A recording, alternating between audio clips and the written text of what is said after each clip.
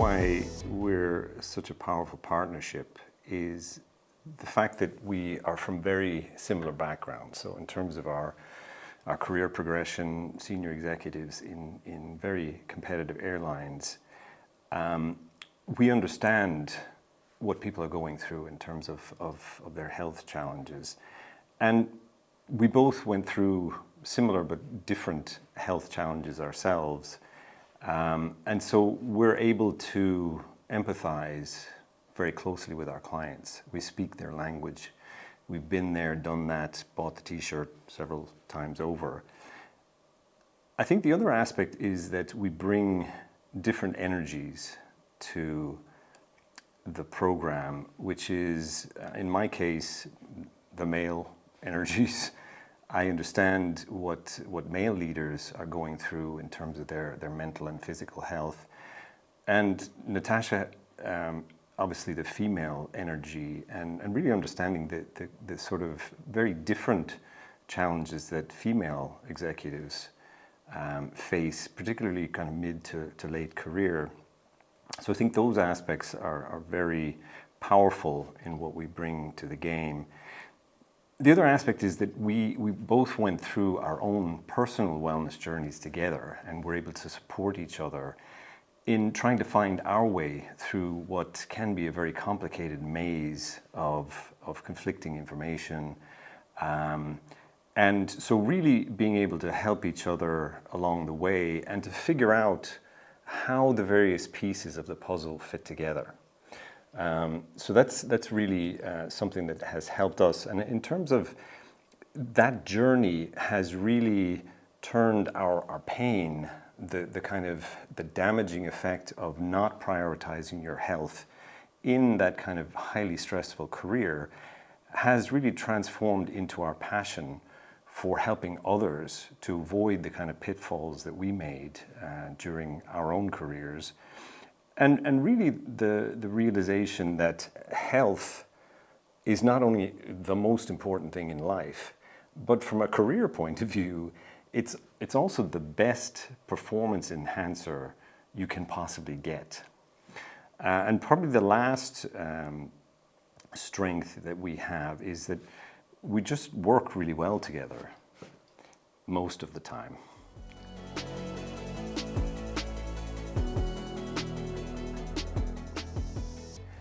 I think the turning point for me was quite clearly my 50th birthday. At that stage, I had been through several very challenging positions, progressed up the corporate ladder to the highest level, had 5 children by that stage, our first son, my other 4 boys, and all of the kind of pressure and stress and resulting health issues that kind of build up over time, and that we tend to ignore and push through until it becomes a problem. And by the age of 50, I had gone through several years of kind of low grade, can't really put your finger on it, went to several doctors to try and figure out why I had such a lack of energy. Failing levels of focus, mood swings, gaining quite a bit of weight. And I always came back with a clean bill of health. Maybe you should lose a couple of pounds here, kilos.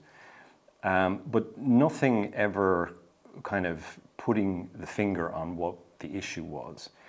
And so by the time I turned 50 and we had Daniel, I was still in very stressful position and started suffering some relatively significant health issues, including a burnout in that position. And so that was really my wake-up call. And I think a lot of people, unfortunately, wait till that late in the game to make the kind of changes that we need to make.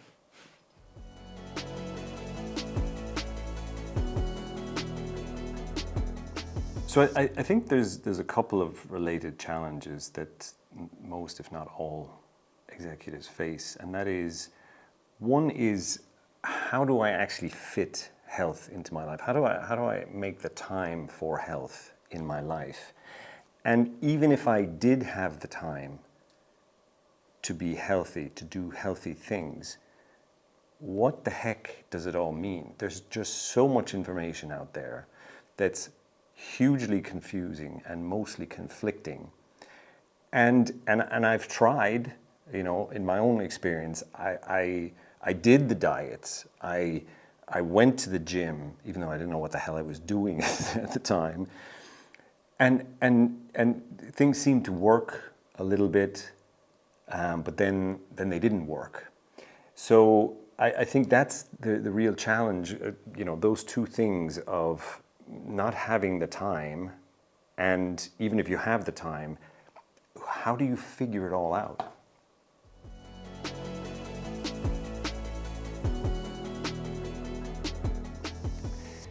So the secret to peak health and performance is laid out in our book called Ready for Takeoff.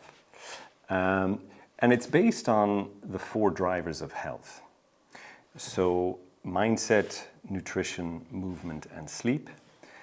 And those 4 categories of actions or natural rhythms that we have baked into our DNA, if we can take small but consistent actions in each of those drivers to get us back to closer to our natural rhythms, then we begin to see this upward spiral of health and performance.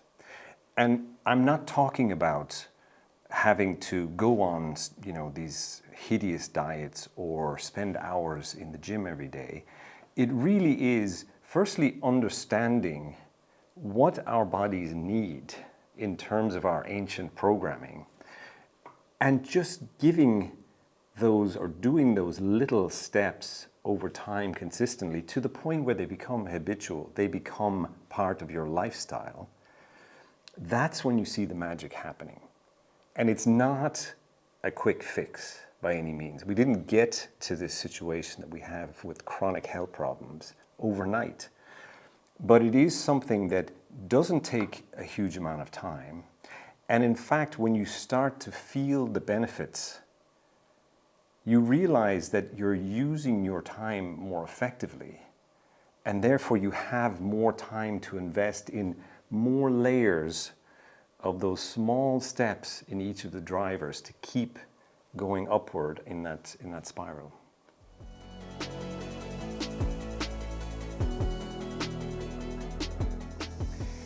For me, my most important routine starts first thing in the morning. Because if you can win the morning, your whole day follows in line. And so I've picked up little bits and pieces from various people over the time, and have kind of put it in together into a routine that works for me. And your routine has to work for you. And my routine, which is similar to Natasha's, because we have to get up at the same time. And by the way, we're not members of the 5 a.m. club, so sorry, Robin Sharma. But when the alarm goes off at 7 in the morning, the first thing I do is I take 5 deep breaths in through my nose, out through my mouth. And that increased oxygenation starts to regenerate or revitalize my body and helps me to start to wake up. The next step is I count from 5 back to 1. And when I get to the number 1, I immediately get out of bed. And I have to credit Mel Robbins for that little trick. It is powerful. In any aspect of your life, when you don't like doing something, and I do not like getting out of bed in the morning, that short circuits your brain and enables you to do that thing that you don't like to do. When I get out of bed, I immediately put up the blinds and try to get as much morning sunlight into my eyes as possible, as early as possible, which can be difficult to do in the Northern Hemisphere in the winter. But in any event, it's important to reset your circadian clock first thing in the morning. And then I do a very brief exercise routine that lasts less than 5 minutes. And it starts with a little bit of Qigong from Lee Holden, who's a Qigong master. And it involves swinging your arms and clapping your body. It sounds a bit weird, but it's basically waking up your energy centers in your body. The next step are called star squats. It's a bit of stretching. It's kind of it's a full body stretch. 5 of those. And then lastly, I do some jumping shakes, which is courtesy of Mike Chang. And again, it just starts to move your body, your lymphatic system, and increases your energy. We'll put a little video separately on this one, but it just wakes up your body, gets your energy moving, and you can actually do it at any stage during the day. It's less than 5 minutes. The final one, it might sound a bit strange, is I make the bed. Sometimes with Natasa still in it, which is kind of bizarre, but it's based on this practice that Navy SEAL Admiral William McRaven is famous for. And it's that if you want to conquer the world, start with making your bed. Every day, first thing. And again, the theory is that if you take a small action consistently, it leads you to take bigger actions, and it has an upward spiral. Sounds a bit like the 4 drivers of hell. So that's my morning routine, which I find very, very powerful.